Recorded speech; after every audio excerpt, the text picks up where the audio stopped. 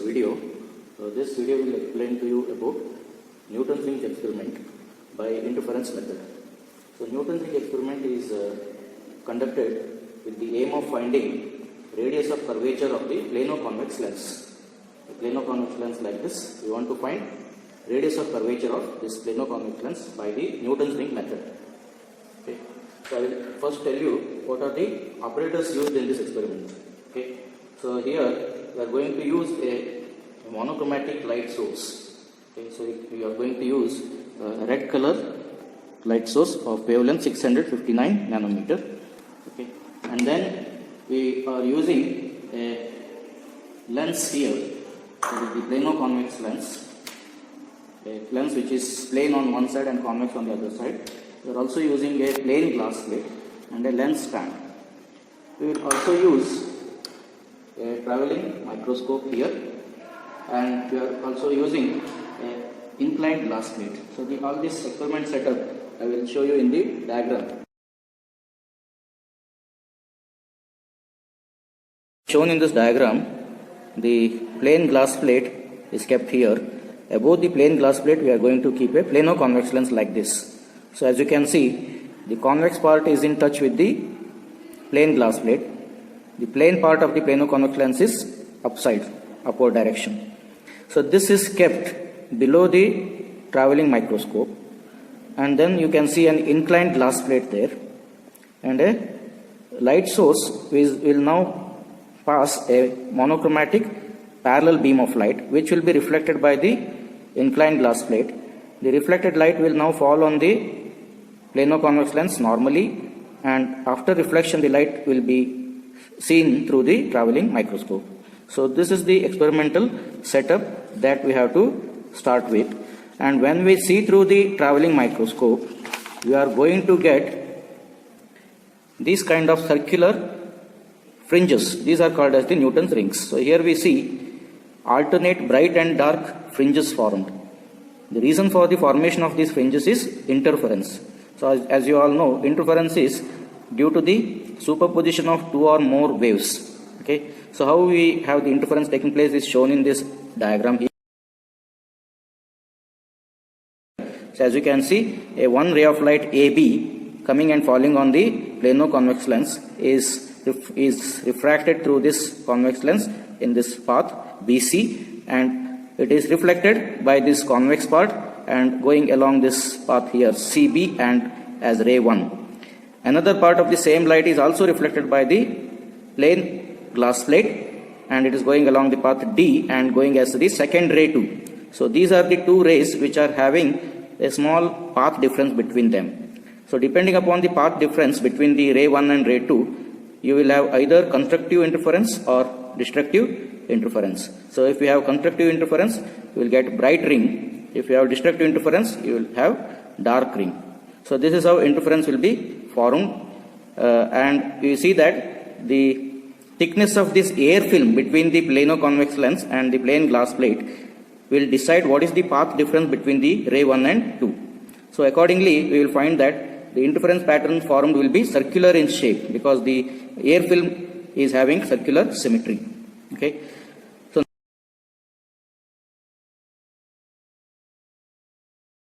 scale attached with the travelling microscope, we have two scales here. This is the pitch scale, and this one attached with this screw is called as the head scale. So in the head scale, you see for one full rotation, the divisions noted down on the head scale is numbered from 0 to 100. Okay. And in the pitch scale, we have the divisions calibrated in centimeter or millimeter. Okay. So first we have to find out what is the least count of the scale. So this is similar to a screw gauge. So use the formula for finding the least count. Find out what is the pitch of this screw gauge. So pitch is distance uncovered on the pitch scale divided by number of rotations given to the screw head. So I will give 3 rotations to this screw head. When I give 3 rotations to this screw head, this pitch scale reading here moves. So I have to note down what is the distance moved by this pitch scale. So that is noted down here. For 3 rotations given, the distance uncovered on the pitch scale is 0.3 centimeter. So therefore pitch of this instrument is 0.3 centimeter divided by 3, which is equal to 0.1 centimeter. Now we will find out what is the least count, which is given by pitch divided by total number of head scale divisions. So pitch is 0.1 centimeter divided by total number of head scale divisions is 100. So we get the least count is 0.001 centimeter.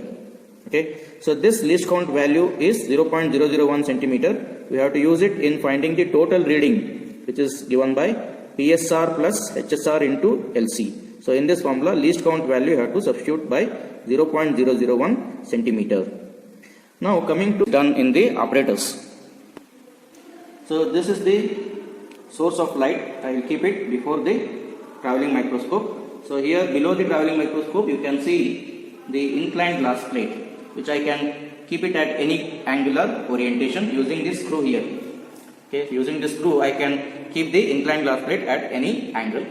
This is the screw used to focus the travelling microscope.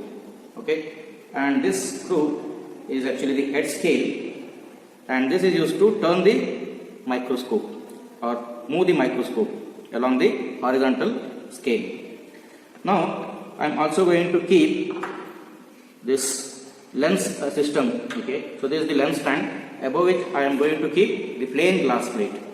Above the plain glass plate, now keep the plano-convex lens, but keep the plano-convex lens such a way that the convex part is lower. Okay, the convex part should be lower and the plane part should be on the upper side, and there should be an air gap formed between the two. So using this arrangement, now I am going to keep it below the inclined glass plate. Now I will switch on the power supply and keep it close to the inclined glass plate. I will adjust this inclined glass plate such a way that the angle is almost 45 degree, or I can see the reflected light coming out of the travelling microscope. So then I can say the inclined glass plate is at 45 degree. So in this position, I have to search through the microscope for the presence of the circular bright and dark fringes. So once I notice the circular bright and dark fringes, now I have to record the readings corresponding to the fringe.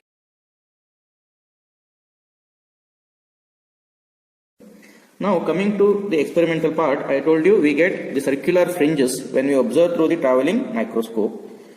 So here in the field of view we will find two cross wires. One is a vertical cross wire and another is a horizontal cross wire. We have to move the travelling microscope using the screw such a way that the vertical cross wire will be on the fifth ring on the right side of the central spot. So you see here at the center we have a dark spot. You have to count the rings from that dark spot onwards. That is this is the ring 1, next ring 2, like this you have to count. You have to go till the fifth ring and make the vertical crosswire come as a tangent on the fifth fringe. In this position, note down what is the pitch scale reading here on the pitch scale. Note down the pitch scale reading and also note down what is the head scale reading on the head scale. So this is called as PSR, pitch scale reading. This is called as HSR, head scale reading. So both are noted down for the ring number 5. So this is done in the tabular column. So in the tabular column, so you note down here the ring number 5 and note down what is the PSR in centimeter and HSR. Okay, so that is shown here in this tabular column. Okay, so here fifth ring reading is 2.6 PSR and HSR is 31.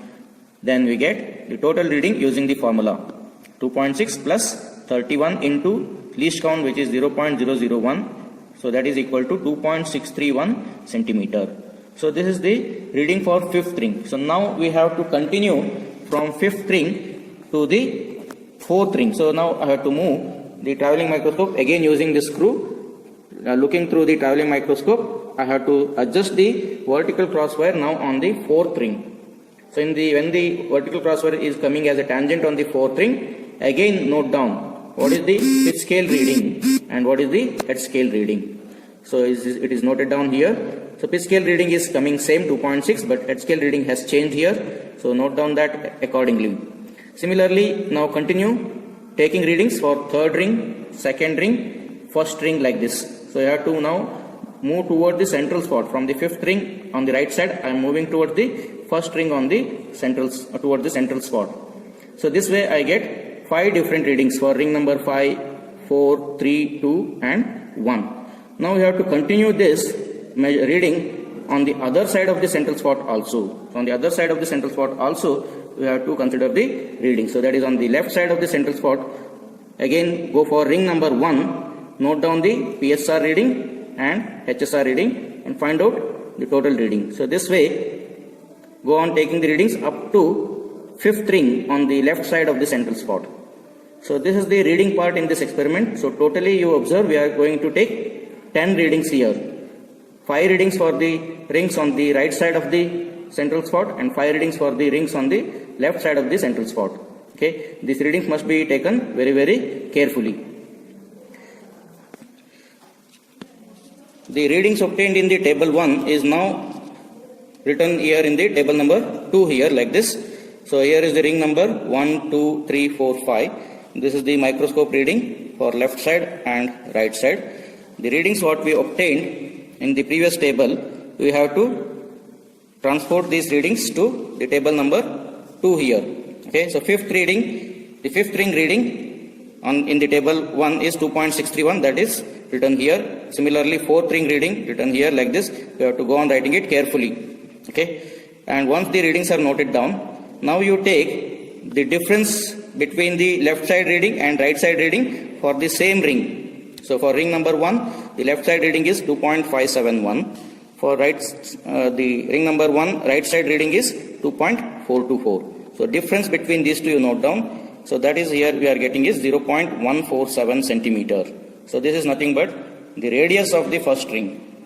Similarly, you go for the second order ring. So note down the difference between the left side and right side readings. That value is noted down here. It is coming 0.187 centimeter. So this is the diameter for the second ring. Similarly, you do for the remaining 3 rings also, the ring number 3, 4 and 5. So these values what we get here is actually representing the diameter of the first, second, third, fourth and 5th rings. So this is in centimeter. Now you go for square of this value, that is called d square. D square in centimeter square. Note down that and note these values correct to 4 decimals. Now in the last column in this tabular column, we have to note down a value called dm square minus dn square for m minus n equal to 1. Okay. So here m minus n equal to 1 means we have to take the ring number 2 and ring number 1. So the difference between the values of d square for ring number 2 and ring number 1. So this difference is noted down here. Similarly, you go for ring number 3 and ring number 2. So difference between these two values is noted down here. Similarly, ring number 4 and 3, that value is noted down here. And ring number 5 and 4. So this differences is noted down here. So four different values we are going to get here for dm square minus dn square for m minus n equal to 1. So this values will be nearly same, and these values we have to take the average. So take the average of these values. So the average of these values is coming here as 0.01419. This is in centimeter square. Now use the formula for radius of curvature of the plano-convex lens. It is given by r is equal to dm square minus dn square by 4 lambda into m minus n. So here dm square minus dn square is the value which you obtained just now, that value average, and lambda is the wavelength of the light we have used. We have used red color light, which is 659 nanometer, and m minus n value we have taken is 1. We have taken the difference here between the consecutive readings. So that means m minus n is equal to 1. So substitute all these values here. So here we have to be careful. Centimeter square is to be converted to meter square like this.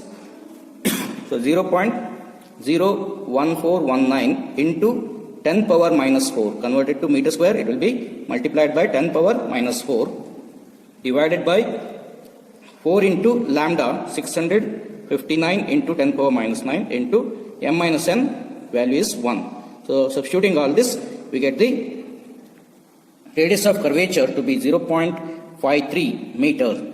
So that is the value of the radius of curvature of the plano-convex lens, or you can say it is approximately 53.8 centimeter.